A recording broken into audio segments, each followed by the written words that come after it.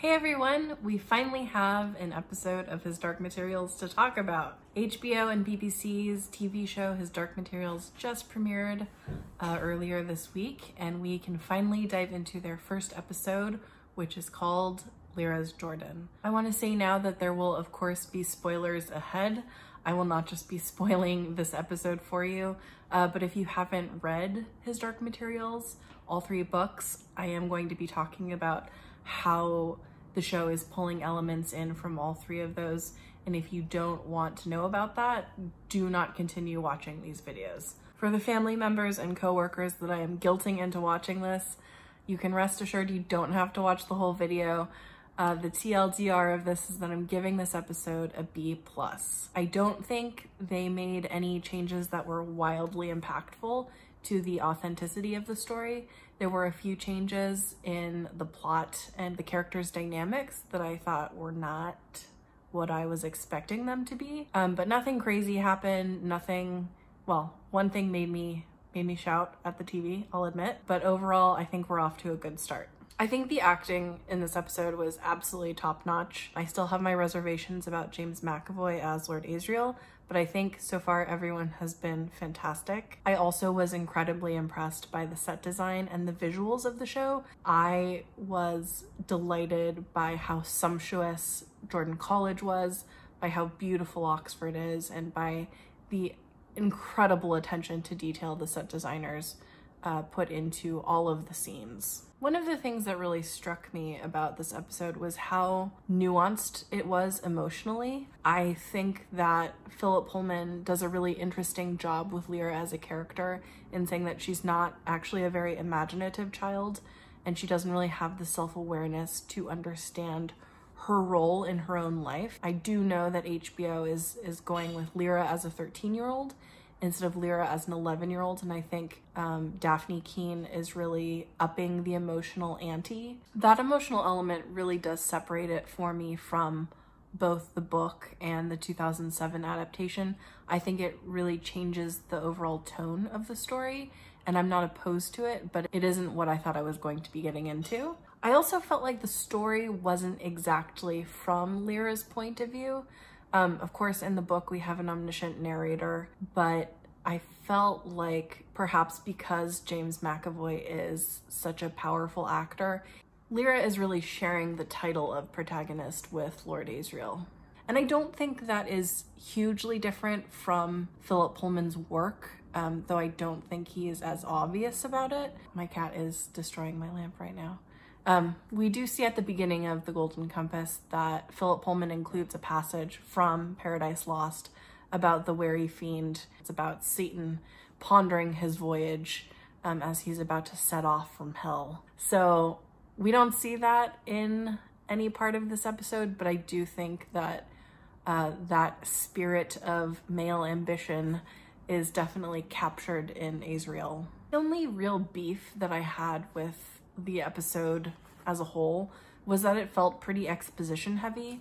I think because most of their viewers probably hadn't come across the term demon, especially with that spelling. They really wanted to explain very clearly what this world is about and the fact that humans in this universe kind of wear their souls externally and they take animal form. I found it a little bit cumbersome. It was a little bit tiring, and I think one of the cool things about His Dark Materials and about especially demons and dust is that we don't really understand them.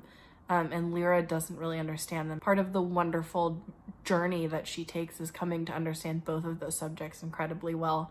And by extension, we do too, as readers or viewers. This episode kind of took away that mystery and took away that journey. So that was a little bit disappointing. So what actually happened in this episode? A lot happened. We actually started with a scene that is not in His Dark Materials at all, but is in La Belle Sauvage, which is the first book in the Book of Dust. We see Lord Asriel carrying baby Lyra and baby Pantalaimon through flooded Oxford during the Great Flood. As soon as Asriel arrives at Jordan College, he starts banging on a door, and the master of Jordan College, Dr. Carnes, opens up the door, and Asriel basically thrusts baby Lyra and baby Pan into his arms and says, "I'm claiming scholastic sanctuary for Lyra. The master is like, what the fuck? She's a baby. And Asriel says, well, make her a scholar. We then see 12 years later, Lyra and Roger running amok around Jordan College. We see the kids running through the kitchens. We see them in the laundry room. Lyra jumps into a fresh pile of clean laundry. We see them going down a beautiful spiral staircase into a wine cellar, where Lyra, of course, grabs a bottle of wine. And then we see them in the crypts of Jordan, which I wasn't sure they would include, but I'm so glad they did. The space is just haunting and beautiful and scary. And we don't see Lyra play the prank on the dead masters like we do in the book, but I'm not upset about it. I just love how we see that these kids are really half independent, kind of half feral. They're really growing up in an unusual circumstance. We're then taken north. We can see Lord Asriel with some photography equipment and his snow leopard Stelmaria in what looks like a blizzard. We then see him go to his lab in the north, and we see his manservant Thorold helping him develop what could be a really shocking photogram. And we know that he is a man of great ambition. The opening sequence of this series is really well done, in my opinion. I loved that they had very subtle allusions to the golden compass, the subtle knife, and the amber spyglass physically in this sequence. I love that Philip Pullman is not only acknowledged, but one of the executive producers. And there's a kind of vague allusion to Interstellar, the Christopher Nolan movie. There's this really cool shot of parallel worlds happening, kind of a never-ending staircase like in the movie Labyrinth, another favorite of mine. And we just get the sense that this is about a lot more than a little girl playing around with her friend. We then see Lyra in a classroom learning about something that looks like a mix of religion and math or science. Philip Pullman does this weird and cool thing in his books where he refers to physics as experimental theology. Lyra is being taught by the librarian of Jordan College, whose name is Charles. We see him in front of a blackboard, and we can see heaven and earth here, which is kind of a funny allusion. He's talking about a passage from Genesis. This is a coy little nod to where Lyra will eventually go on this journey. She is, of course, the new Eve for humanity. Pan sees that Lord Asriel has arrived at Jordan College, and he gives Lyra a heads up, and then she scrambles down the roof. This is really where the book and the series divide early on. We start the Golden Compass book with Lyra already in the retiring room. We eventually see Lyra get into a wardrobe to spy on the scholars. In the show, Lyra is actually outside of the retiring room on the roof, and she's looking in through a window as all of the events unfold. I don't understand why they made this choice. This was one of the few things that really made me question. My interpretation of Lyra being in a wardrobe was a pretty passive-aggressive dig to C.S. Lewis and The Lion, the Witch, and the Wardrobe, because unlike in The Lion, the Witch, and the Wardrobe, when Lyra leaves the wardrobe, she's not finding a new world. She's exactly where she started, because frankly, reality is complicated enough. Philip Pullman has a great dislike of C.S. Lewis, and I just don't understand if they were trying to differentiate the show from either the source material or the 2007 adaptation. From her spot outside, Lyra does see the master of Jordan College poisoning the Tokai wine that was ordered specially for Lord Asriel. She then sees Lord Asriel enter the retiring room after the master leaves, and he's pouring himself a glass. When she realizes she has to intervene, she scrambles through the window. She says, "It's poisoned," and knocks it away from him. He in turn responds by twisting her arm in a very aggressive manner, and asking her what the hell she's doing there. We then see her saying, you know, the wine has been poisoned, but he ends that scene by dashing the bottle onto the floor very dramatically. You can see in the scene just how much Lyra misses Lord Asriel. We get the sense that he is not around very often, and he really has no time or room for her in his life. Then Asriel basically stuffs Lyra into a big chest on the ground. Again, not a wardrobe. Not sure what's going on there. We see Asriel's very carefully crafted pitch to the scholars to fund another trip north.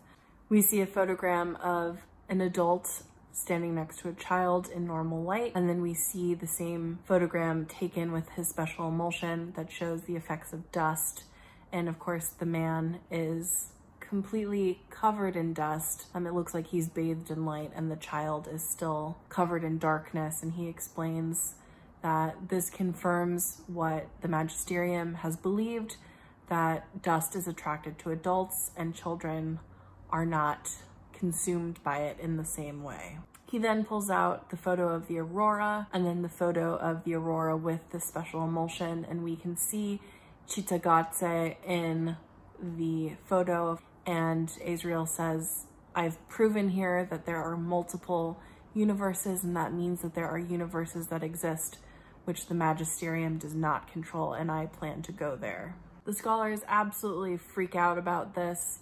The idea that the magisterium isn't controlling all universes and isn't this all-powerful institution that it's supposed to be. The master of Jordan College even says, clear the room. This is a heretical conversation that we cannot be having. This is not okay. Even though he had started the evening by talking about academic freedom. So I think this is a pretty timely theme that we could be exploring in this series.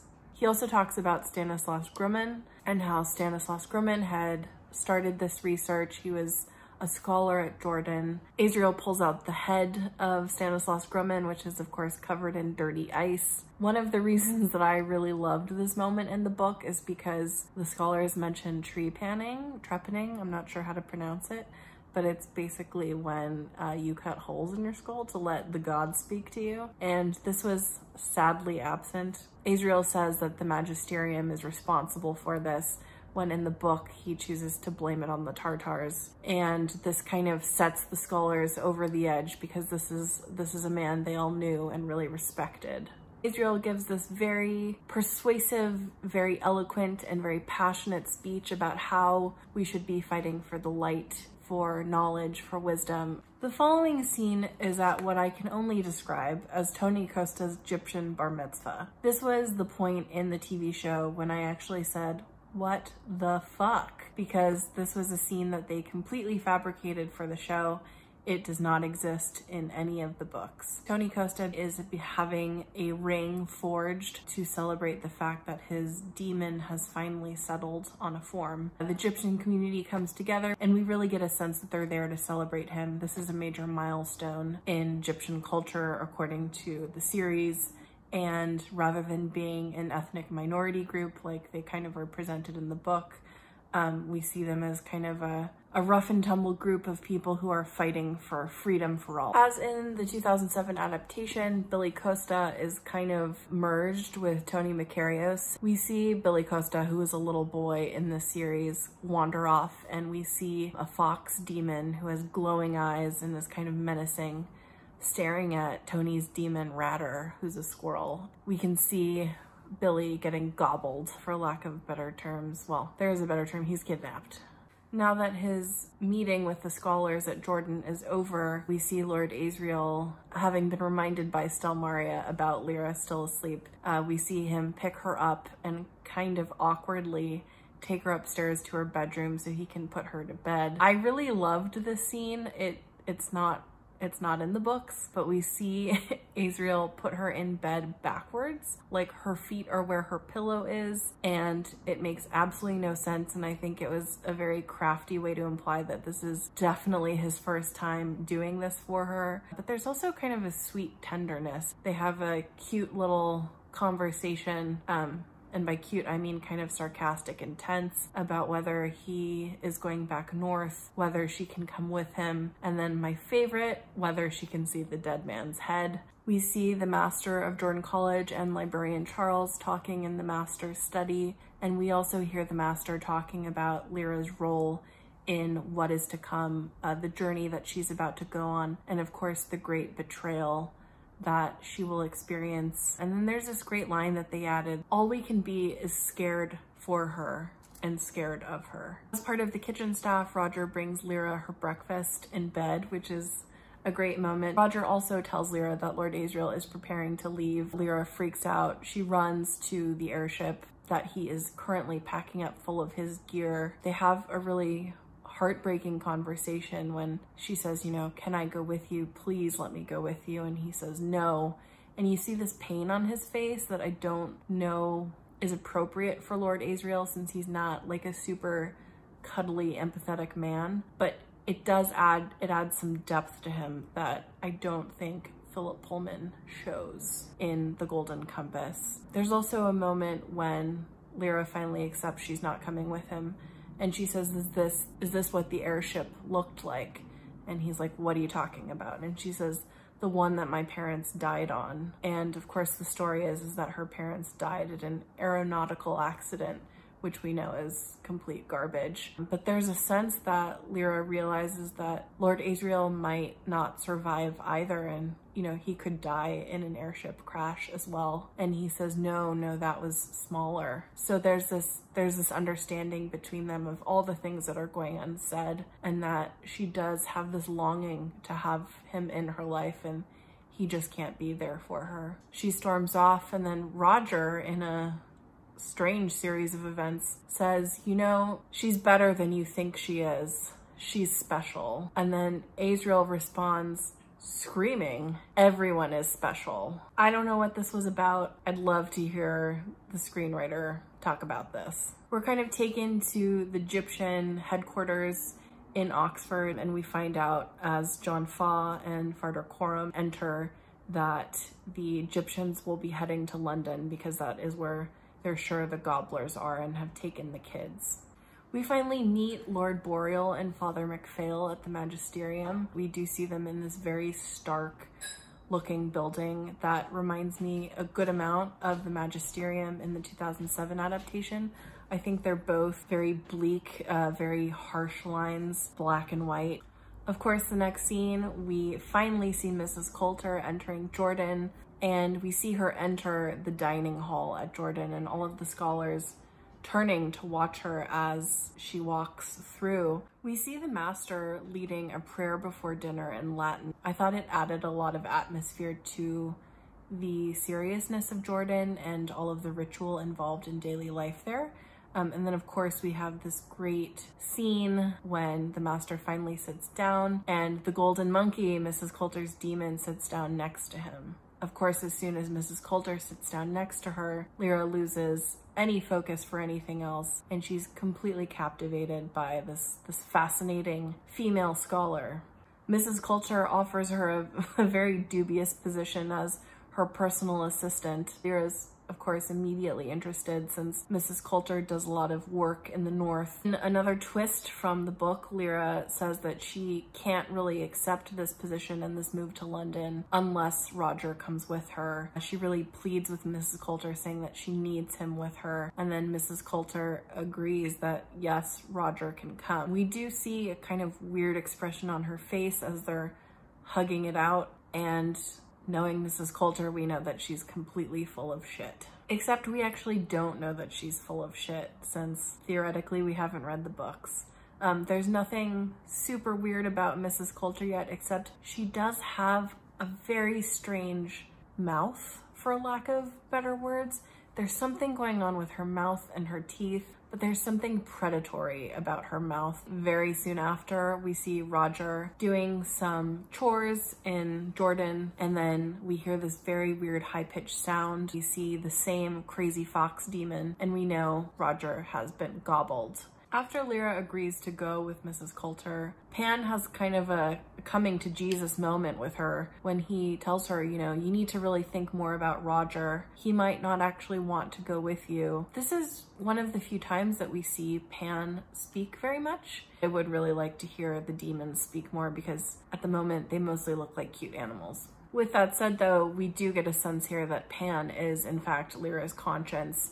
He's really the voice of reason in the darkness. Charles the librarian again steps in for Mrs. Lonsdale, who doesn't exist in the show yet, and he tells Lyra, you need to wake up, the master wants to see you. We see Lyra come into the master's study. She seems pretty apprehensive since she did just see the master poisoning her uncle. He says, hey, I've got this thing for you.